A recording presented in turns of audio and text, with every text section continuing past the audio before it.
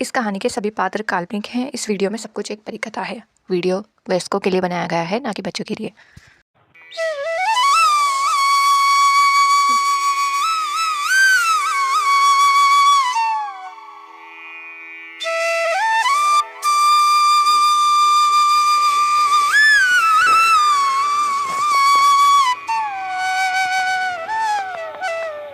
रघु सिंह नाम का एक आदमी अपनी पत्नी मीना, 3 साल की बेटी गुड़िया के साथ और बूढ़ी माँ के साथ एक गांव में रहता था। गांव का नाम शिवपुर था और वहां के लोग मुख्य रूप से खेती बाड़ी करके अपना गुजारा करते थे।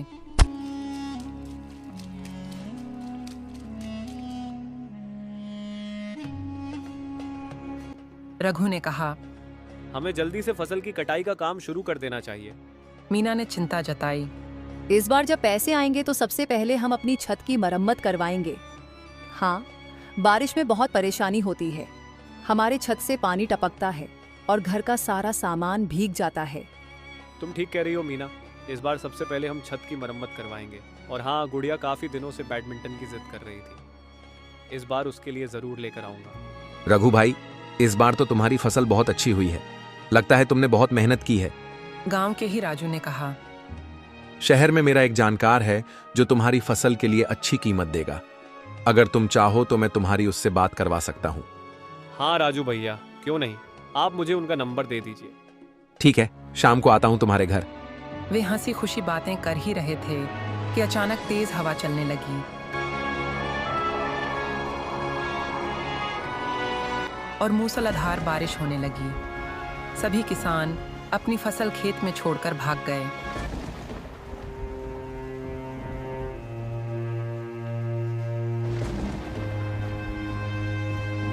ये बारिश तो पड़ती ही जा रही है। अगर ऐसा ही चलता रहा तो हमारी सारी फसल नष्ट हो जाएगी। हे भगवान, बस ये बारिश जल्दी रुक जाए।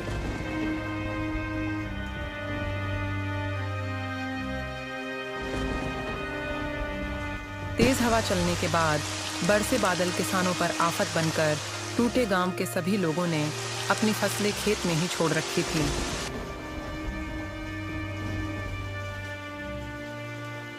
उन्हें बस सुबह होने का इंतजार था।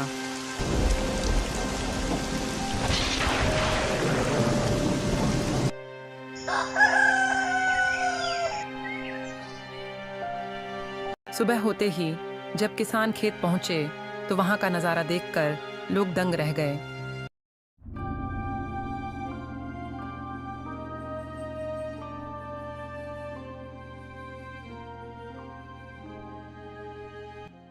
वर्षा के कारण सभी गांव वाले किसानों की फसलें बर्बाद हो गईं। तेज हवा और बरसते बादलों ने किसानों पर आफत बनकर हमला किया। हे भगवान, ये क्या हुआ? मेरी सारी फसल नष्ट हो गई। ये तो अनर्थ हो गया। इस बार तो सबसे ज्यादा उम्मीद थी। अब क्या होगा? देखो, पूरे खेत में पानी भर गया है। सारी फसलें डूब गई। अब यहाँ कुछ नहीं बचा, बस ये गीली जमीन ही शेष है। रघु की नजर अपने खेत के एक हिस्से पर पड़ी जहां कुछ फसलें थोड़ी ऊंचाई पर थीं और इसलिए बची रह गई थीं। उसने जल्दबाजी में बची हुई आलू की फसल को इकट्ठा किया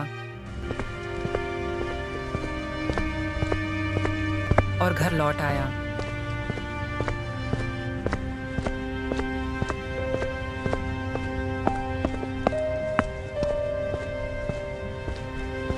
पर जब वह घर पहुंचा तो देखा कि बची हुई फसल से बस एक टोकरी आलू ही निकली थी।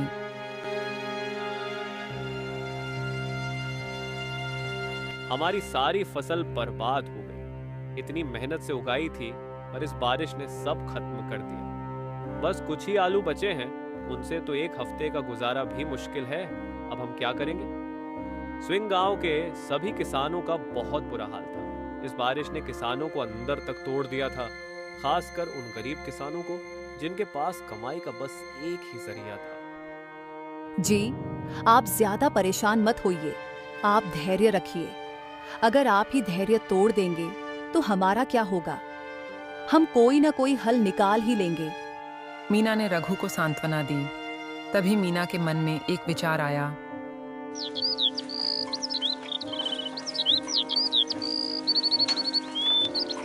रघु अपनी बूढ़ी अम्मा और पत्नी मीना के साथ घर पर बैठा था। मीना बोली, हमारे पास जो आलू बचे हैं उनसे हम कुछ बना सकते हैं। रघु सोचने लगा। तभी मीना ने सुझाव दिया। क्यों ना हम इन आलूओं से समोसे बनाकर बाजार में बेचें। अम्मा ने सिर हिलाया। मुझे लगता है गांव वालों को समोसे बहुत पसंद आएंगे। थोड़ी बहुत तो आमदनी हो ही जाएगी। रघु ने चिंता जताई। तुम्हारी बात सही है, लेकिन क्या इससे हमारी जरूरतें पूरी हो पाएंगी? मीना ने मुस्कुराकर कहा। इस समय बारिश का मौसम भी है और लोग गर्मा गर्म समोसे खाना पसंद करेंगे। रघु ने गहरी सांस ली। हम एक कोशिश करके देखते हैं, शायद हमारी मेहनत रंग लाए। ठीक है, हम कल से ही समोसे बनाकर बेचने का काम शुरू करते हैं। अम्मा ने प्यार से कहा। तुम्हारे समोसे तो सच में बहुत स्वादिष्ट होते हैं। मुझे पूरा विश्वास है कि लोग इन्हें पसंद करेंगे। रघु ने अपनी पत्नी और अम्मा की बात मान ली।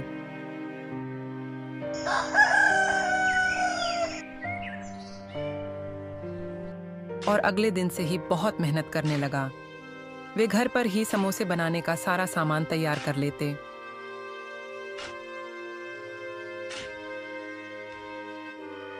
रघु अपनी ठेली पर समोसे रखकर बाजार में बेचने जाता। उसके समोसे इतने खुशबूदार होते कि उनकी महक से ही लोग दुकान की ओर खींचे चले आते। लोग समोसे खाने का लुत्फ उठाते। तभी गांव का एक आदमी रघु के पास आता है और कहता है, क्या बात है भैया, तुम समोसे बेचने लगे? अब खेती बाड़ी छोड़ दी क्या? रघु ने हल्की मुस्कान के साथ जवाब दिया। नहीं भैया, इस बार की बारिश में मेरी पूरी फसल बर्बाद हो गई। अब मेरे पास बस यही एक साधन बचा है। किसी तरह इन समोसे को बेचकर घर का कुछ खर्चा निकाल रहे हैं। कुछ दिन इसी तरह बीत गए।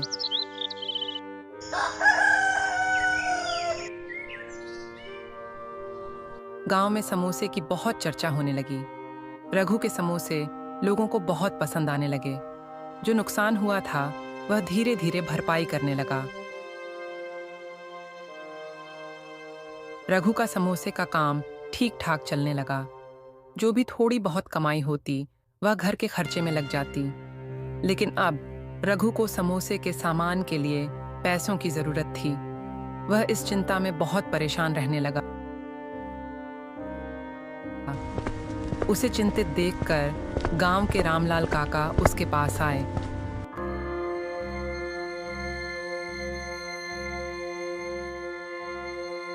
उन्होंने पूछा, क्या बात है रघु, बहुत परेशान दिख रहे हो? रघु ने गहरी सांस लेते हुए कहा, क्या बताऊं काका, बाढ़ की वजह से बहुत नुकसान हुआ। किसी तरह समोसे का काम शुरू किया तो अब समोसे के सामान के लिए पैसे नहीं है। समझ नहीं आ रहा पैसों का इंतजाम कैसे करूं। रामलाल काका ने सलाह दी। अरे भाई, मेरी मानो तो सेठ दिनेश लाल से पैसे उधार ले लो और जब तुम्हारा काम अच्छा चलने लगे तो वापस कर देना। रघु को यह सलाह ठीक लगी और वह सेठ दिनेश लाल के पास पहुंच गया। उसने कहा, सेठ जी, मेरी फसल इस साल पूरी तरह बर्बाद हो गई है। मेरे पास अब कोई रास्ता नहीं बचा है। क्या आप मुझे कुछ पैसे उधार दे सकते हैं? उधार तो मैं दे सकता हूं, लेकिन तुम्हें इसके बदले कुछ गिरवी रखना होगा जब तक तुम पूरे पैसे वापस नहीं कर देते, और ब्याज भी देना होगा। रघु ने अनुनय किया। सेठ जी, अभी मेरे पास गिरवी रखने के लिए कुछ भी नहीं है। मेरी सारी फसल नष्ट हो गई है। कृपया ब्याज पर ही पैसे दे दीजिए। तुम्हारे पास तुम्हारी जमीन तो है, तुम अपनी जमीन गिरवी रख सकते हो। सेठ जी, मेरी जमीन ही मेरा सब कुछ है। यही मेरी आजीविका का एकमात्र सहारा है। इसे खोने का मतलब है सब कुछ गंवा देना। लेकिन हालात ऐसे हैं कि मेरे पास और कोई चारा नहीं बचा है। अगर इसी से मेरा संकट हल हो सकता है तो मैं भारी मन से अपनी जमीन गिरवी रखने के लिए तैयार हूँ। रघु ने सेठ दिनेश लाल से पैसे लेकर समोसे बनाने का सामान खरीदा और अपने व्यापार को फिर से शुरू किया।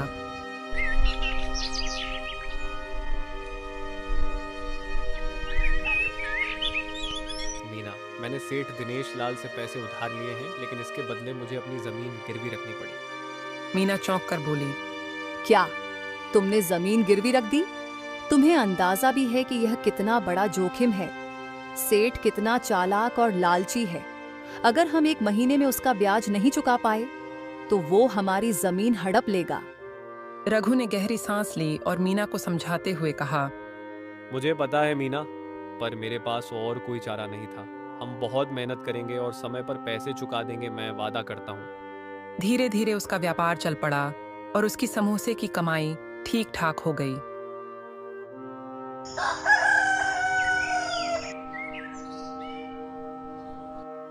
पंद्रह दिन के अंदर रघु ने इतने पैसे कमा लिए कि वह फिर से अपनी फसल बोने की स्थिति में आ गया। उसने खाद और बीज खरीदकर अपने खेतों में खेती शुरू की। रघु की मेहनत रंग लाई और कुछ महीनों में उसकी फसल बहुत अच्छी तरह से तैयार हो गई।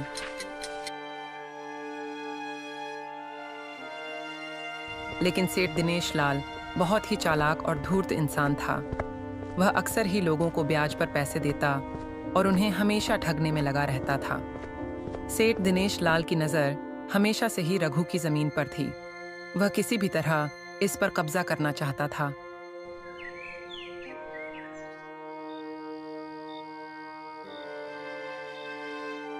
उसने एक रात अपने आदमियों को भेजकर रघु के खेतों में गायें छोड़ दीं ताकि वे उसकी फसल को बर्बाद कर सकें। रघु जब रात में खेतों की देखभाल करने गया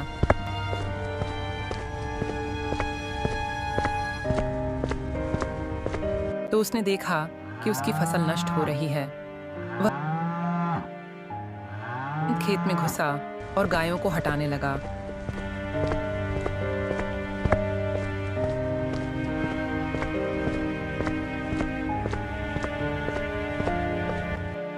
गायें ज्यादा फसल नहीं बर्बाद कर पाई थीं, क्योंकि समय रहते ही रघु ने उन्हें वहां से हटा दिया था। गायों का शोर सुनकर अम्मा भी वहां तुरंत पहुंच गईं।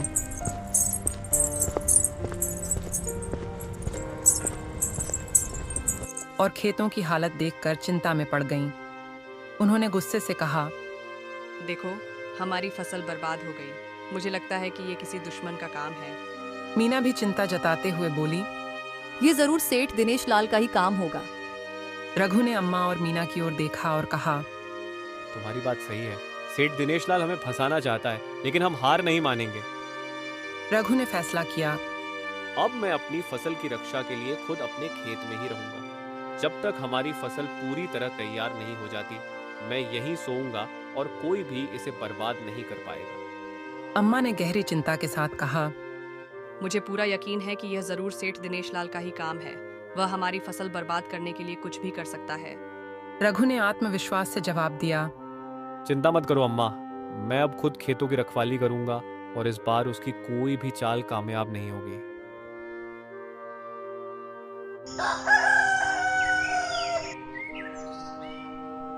अगले दिन सेठ दिनेश लाल को जैसे ही यह पता चला कि रघु की फसल को बर्बाद करने की उसकी योजना नाकाम हो गई, तो उसने गुस्से में सोचा, मैंने इसे मूर्ख समझा था, लेकिन यह तो बहुत चालाक निकला। अब कोई और तरीका सोचना पड़ेगा।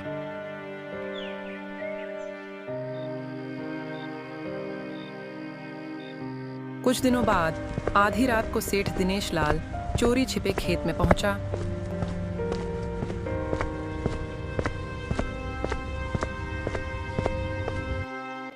उसके हाथ में एक पोटली थी जिसमें जहरीली दवाइयां भरी हुई थीं। उसका इरादा फसल में जहर मिलाकर उसे नष्ट करने का था, लेकिन मीना पहले से सतर्क थी। उसे पहले ही शक था कि सेठ दिनेश लाल इतनी आसानी से हार मानने वाला नहीं है। उसने खेत की निगरानी करनी शुरू कर दी थी। जैसे ही सेठ खेत में दाखिल हुआ, मीना ने उसे रंगे हाथों पकड़ लिया। ये फिर से आ गया। लगता है इसको सबक सिखाना ही पड़ेगा। अभी बताती हूँ इसको। उसने तुरंत एक मोटा डंडा उठाया और पूरी ताकत से सेठ को पीछे से दे मारा। डंडा पड़ते ही सेठ तड़पता हुआ जमीन पर गिर गया और उसके हाथ से जहरीली दवाई की पोटली छूटकर दूर जा गिरी। मीना ने जोर से शोर मचाया, जिससे आसपास के गांव वाले तुरंत इकट्ठा हो गए। उसने सबको सेठ दिनेश लाल की चालाकी और उसकी साजिश के बारे में बताया। गांव वालों, जल्दी आओ, देखो ये लालची सेठ हमारी फसल में जहर मिलाने आया था। देखो गांव वालों, सेठ दिनेश लाल हमारी फसल को बर्बाद करने की साजिश कर रहा था। ये हमारी मेहनत की फसल में जहरीली दवाइयां मिलाने आया था ताकि सारी फसल नष्ट हो जाए। अगर हमारी फसल खराब हो जाती तो हम इसका लिया हुआ कर्ज नहीं चुका पाते और इसी का फायदा उठाकर ये हमारी जमीन हड़पने की योजना बना रहा था। और जैसे ही उन्होंने सेठ के हाथ में जहरीली दवाइयों की पोटली देखी, वे गुस्से से भर उठे। गांव के एक बुजुर्ग ने कड़े शब्दों में कहा, सेठ, तुम्हारी हिम्मत कैसे हुई रघु की मेहनत की फसल को बर्बाद करने की? दूसरे गांव वाले बोले, हमने तुम्हें हमेशा सम्मान दिया, लेकिन तुमने हमारे भरोसे का गलत फायदा उठाया। तीसरे ने गुस्से में कहा, रघु मेहनती इंसान है और तुम जैसे लालची आदमी को गांव में रहने का कोई हक नहीं। सेठ दिनेश लाल अब बुरी तरह फंस चुका था। वह हाथ जोड़कर गिड़गिड़ाने लगा, मुझे माफ कर दो गांव वालों, मुझसे बहुत बड़ी गलती हो गई। लालच में आकर मैंने ये सब किया, लेकिन अब से मैं ऐसा कभी नहीं करूंगा। रघु ने कठोर स्वर में कहा, सेठ जी, आपकी माफी पर अब किसी को भरोसा नहीं है। हमें अपनी मेहनत और ईमानदारी पर भरोसा है। अब हम आपसे कभी उधार नहीं लेंगे और न ही आपकी किसी चाल का शिकार बनेंगे। अब गांव वालों के सामने दिनेश लाल की सच्चाई आ गई। दिनेश लाल को गांव वालों के सामने बहुत शर्मिंदा होना पड़ा और वह सिर झुकाए चुपचाप वहां से चला गया।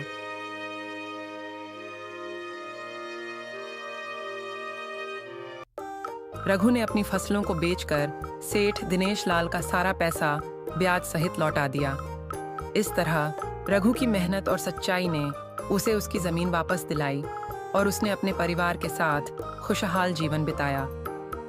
सेठ दिनेश लाल की लालच और चालाकी के बावजूद रघु ने अपनी मेहनत और ईमानदारी से जीत हासिल की। अगर आपको हमारी कहानी पसंद आई हो तो आप हमारे चैनल को लाइक, शेयर, सब्सक्राइब ज़रूर करें।